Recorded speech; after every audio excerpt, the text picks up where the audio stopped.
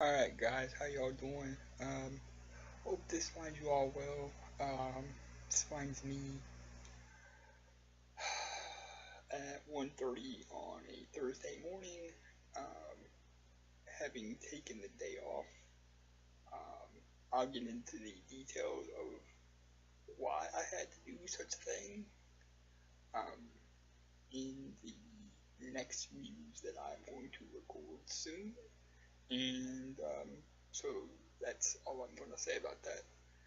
Just know that um, my eyes are still a little bit crossed, but um, I'm doing a whole lot better than I was at the end of shift on Tuesday and the entirety of Wednesday. Um, and if anybody knows, and if y'all believe me, ask Heidi because she kind of sat through all that, and so she would know. Um, but I'm doing a little bit better now. Eyes are still kind of crossed a little bit, but um, they don't feel like they're gonna pop out of my head any minute. So that's good. But now that I've got that little piece of housekeeping out of the way, we're gonna do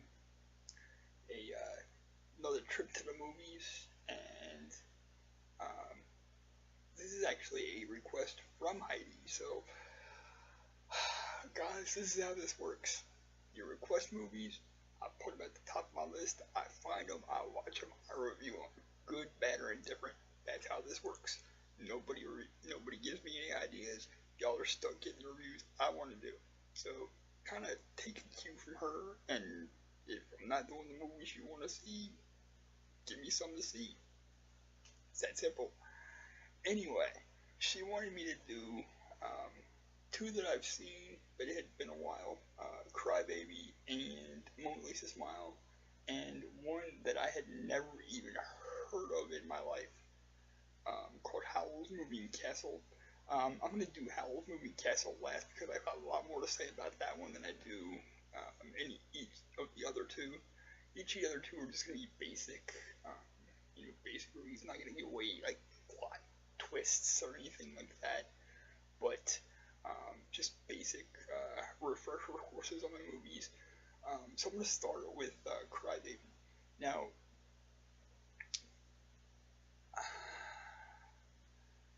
this was interesting to me because I had Crybaby at one time, I believe, but I think I gave it to a friend of mine who was looking for it for a long time and didn't have it, and I figured I could get my hands on it for cheap from Amazon because it was they had marked down a bunch of um, Blu-rays last week from like $15 to like $4.99, and um, Crybaby was on that list. So so I took so I snapped it up while it was on the $4.99 list, and so um, so a friend of mine got the joys of the movie, and I rebought it again for cheap. Um, but this reminded me, and I kind of mentioned this to Heidi when I was watching it. And I've forgotten this because I haven't watched it in a while, but this reminded me a lot of Grease, just because of the basic storyline, which you know most everybody's probably seen Crybaby a million times. I'm not going to go into like what the actual storyline is, but um, it's um, both parts, at least to my knowledge, because I think it was before 21 Jump Street. So, to my knowledge, it was Johnny Depp's first like breakout major um, performance, and it was a good one.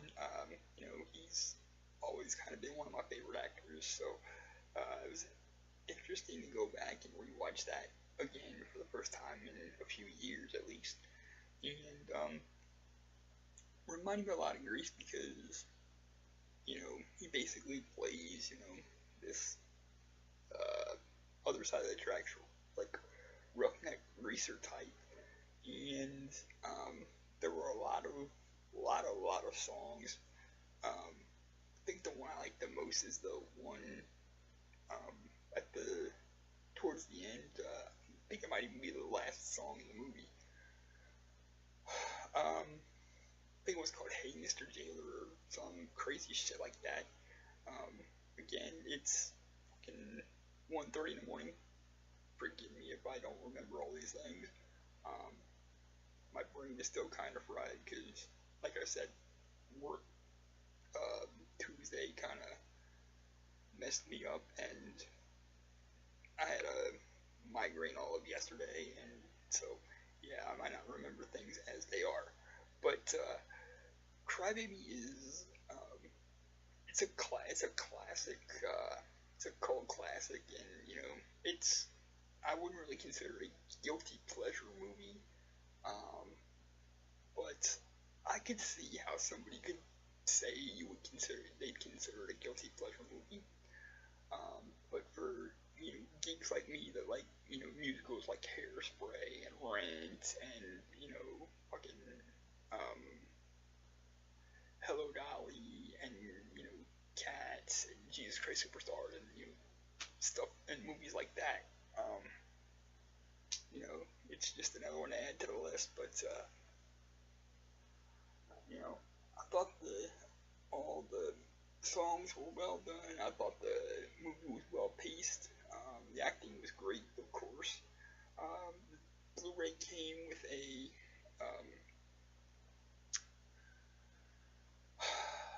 45 minutes, I want to say, retrospective documentary with interviews with Johnny Depp, John Walters, who of course directed and wrote it, and kind of gave a little insight into what things were done and how different things came about. So the movie itself has always been one of my favorites. It's always been a classic to me. So I'm gonna go ahead and give that 5 Wingies out of 5 because, well, it's a musical. It's Johnny Depp's first breakout role, I think, and John Walters did an amazing job writing, directing, all that stuff. So if you haven't seen it, and I don't think there's anybody out there that was born before 1994 that hasn't had to have at least seen it once. If you haven't, find it, you owe it to yourself. It's only 85 minutes, come on. You can spare 85 minutes. You can find 85 minutes of your couch cushion, for fuck's sakes. Oh wait, no, that's changed. So yeah, 5 wins out of 5 for Crybaby. Mona Lisa Smiles, another one I hadn't seen in probably a decade or better. I remember liking it when I saw it the first time. It was Julia Roberts, Julia Stiles. Those are really the only two that stick out to me at this point. But it's basically, about this, women finding themselves in the 50s. Think of Dead Poet Society, the 1986 or 8 film, starring Robin Williams. It's basically Dead Poet Society for girls. But it's basically, Julia Roberts plays this teacher that, goes to this school for girls and expects to find, a bunch of feminist, rah-rah, girl power chicks, but what she finds when she gets there is, a bunch of, period, period girls, like, that wanna, finish school, get married, and be, wives and all that and stuff, and don't want to do, anything other than, be, wife and mom. So, she tries to open them up to things, how she thinks they should be. And what ends up happening is, they learn from each other. She learns to be grounded in, who she is and, like, let people in. But the girls, in turn, learn to branch out and not be, not be such squares and, boring and all that, and for the time. So, and basically, to me, what it boils down to is the women of 1993, or 1953, sorry, are really no different than women in 2016. They all want the same thing. They all want, acceptance, love, and to be appreciated. So, to me, again, I haven't seen this in a decade or better, and now that I have watched it again, it'll be in my rotation of movies to watch on just nights off. So, I'm gonna go ahead and give Mona Lisa Smile 4 wheelies out of 5, just because, and again, this is just me nitpicking. I wish to God it would have came with a slipcover, because I think slipcovers are awesome, and trust me, if you know me since I've been collecting, you'd think, oh boy, that's a change, because it is. I didn't used to keep my slipcovers, but I've started now, because of advice from my collecting mentor. And funny part about that is he is getting rid of, like, most of his slipcovers, and I'm trying to start keeping mine. So just think that's funny. But so yeah, 4 out of 5 wheelies for Mona Lisa Smile. And then there's Howell's Moving Castle. Now this is an anime film that came from Japan. Pixar got the American rights and did the Americanization of this movie.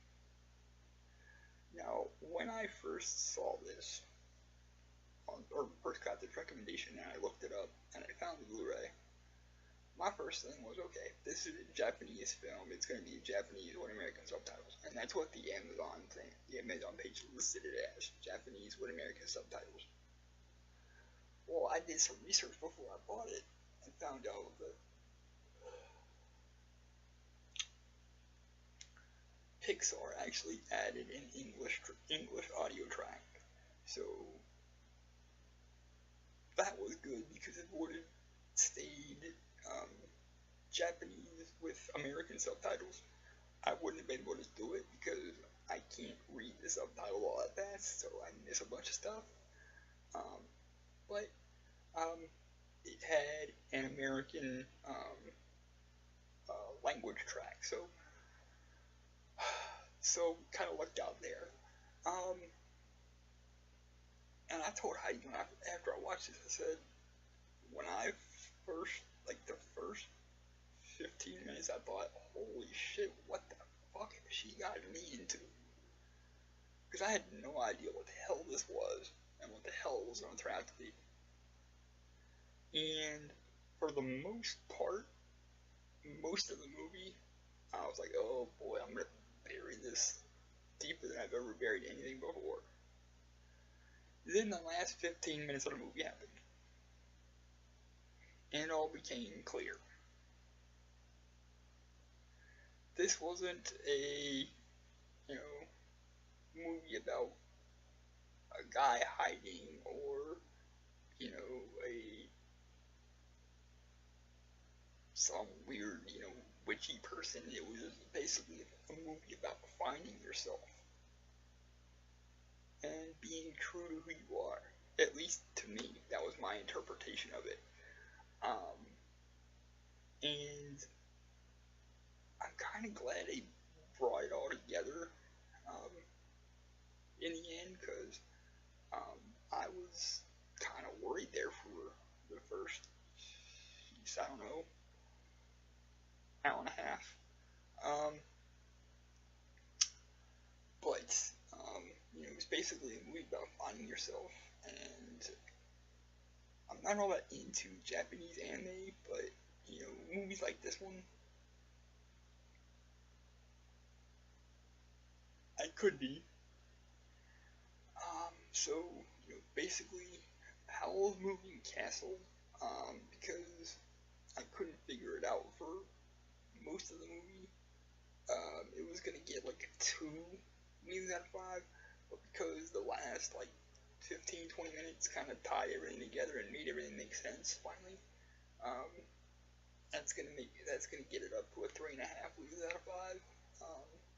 Definitely catch it. It's on Netflix, I know. I'm just a OCD, and if something's on Blu-ray, I'd rather have it on the disc so I can have it for myself. So, so 3.5 Wheelies out of 5 for Howl's Moving Castle. 4 out of 5 Wheelies for Mona Lisa Smile, and 5 out of 5 Wheelies for Crybaby. And that is the Mikey Go to the Movies for today. I will talk to you guys again soon. I love y'all. Peace. Thanks for everything you do. Thanks for listening. Thanks for fostering their creativity and everything. We'll talk again soon.